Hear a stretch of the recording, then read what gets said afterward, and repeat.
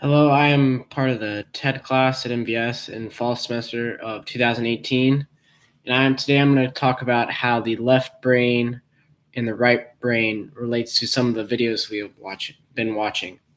So first, I want to thank Mr. Squires. He's really helped me view things by introducing me to this concept of left and right brain. The left brain being more of the rational thoughts, and people struggle with de-shadowing that box and opening up to things, and the right brain being more of an emotional thing and that sort of thing. So first, the example I want to have, it's not really related to the videos, but we learned this in US history class last year, of Christopher Columbus coming over to the New World. Now, some might say that he's a greedy little bastard and he killed all these Native Americans, or that would be sort of the left brain view, because you're just thinking rationally, oh, he killed all these Indians, bad guy. But if you look from your right brain, you might see that if he is human, and if he did not do this, he would not have had a job back from the king. So if he did not go and get and return some of these gifts and things from the New World, he would have lost his job.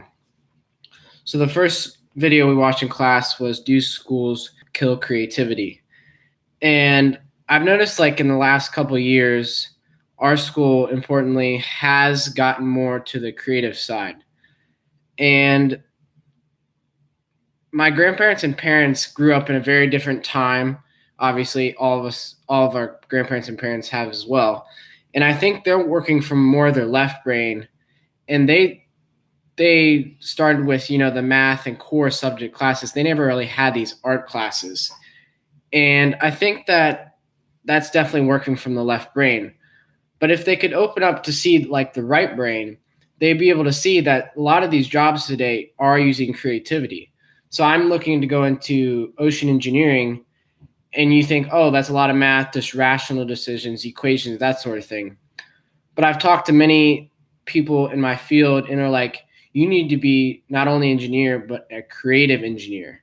So that's able to think about expecting what's going to happen in the business, what's happening in the field, and anticipate to create really cool things. So it's not all about the equation in the left brain, but it's looking at the emotions of the customers and that sort of thing.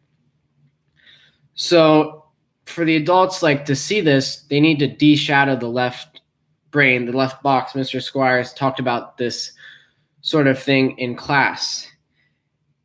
And another thing is that more degrees sometimes do not equal more jobs. So one of the examples I have is about that girl who had ADHD, and people were like, oh, give her some medicine, she'll calm down, make sure calm down. So this is a left brain thought, I think, and that it doesn't necessarily mean that she was crazy. That means she needed to move around and dance. So the adults needed to de-shadow their left brain and see that, oh, let's give this girl some dance classes and let her move around. And that's what she loves to do. And then as we heard, she became a successful woman and started her own dance class, I think. So I want to show you something with one of the diagrams today in schools. As you can see, this is kind of tough, but I start the hierarchy with math, and then the humanities, the social studies, and then you have your arts at the bottom. But I think that sometimes we need to create just a circle with all the subjects, and you'll be able to access all of them, whatever your talents or needs may be. And then the second video I wanted to compare the left and right brain to was how great leaders inspire action. This dealt with the golden circle.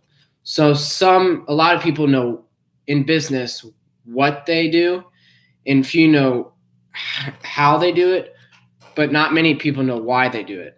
So I think he talked about Simon Sinek, I think, and he talked about the neocortex side of the brain. And I think that's more, if I got this right, more of your left brain. And that's doing your what decisions in your business and your rational decisions.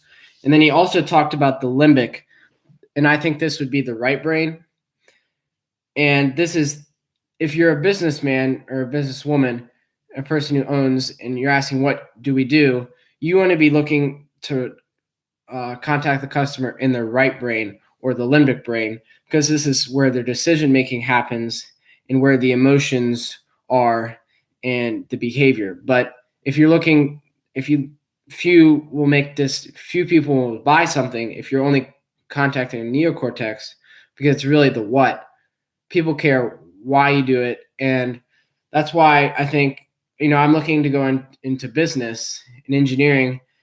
And if you were to hire people, you would want them to know, most people know like what you do, but you want to hire them, they believe what you believe and why you're doing it. So again, thank you, Mr. Squires, for letting me see this interpretation of the left and right brain. It's really helped me see what different people view and how I view things today. Thanks.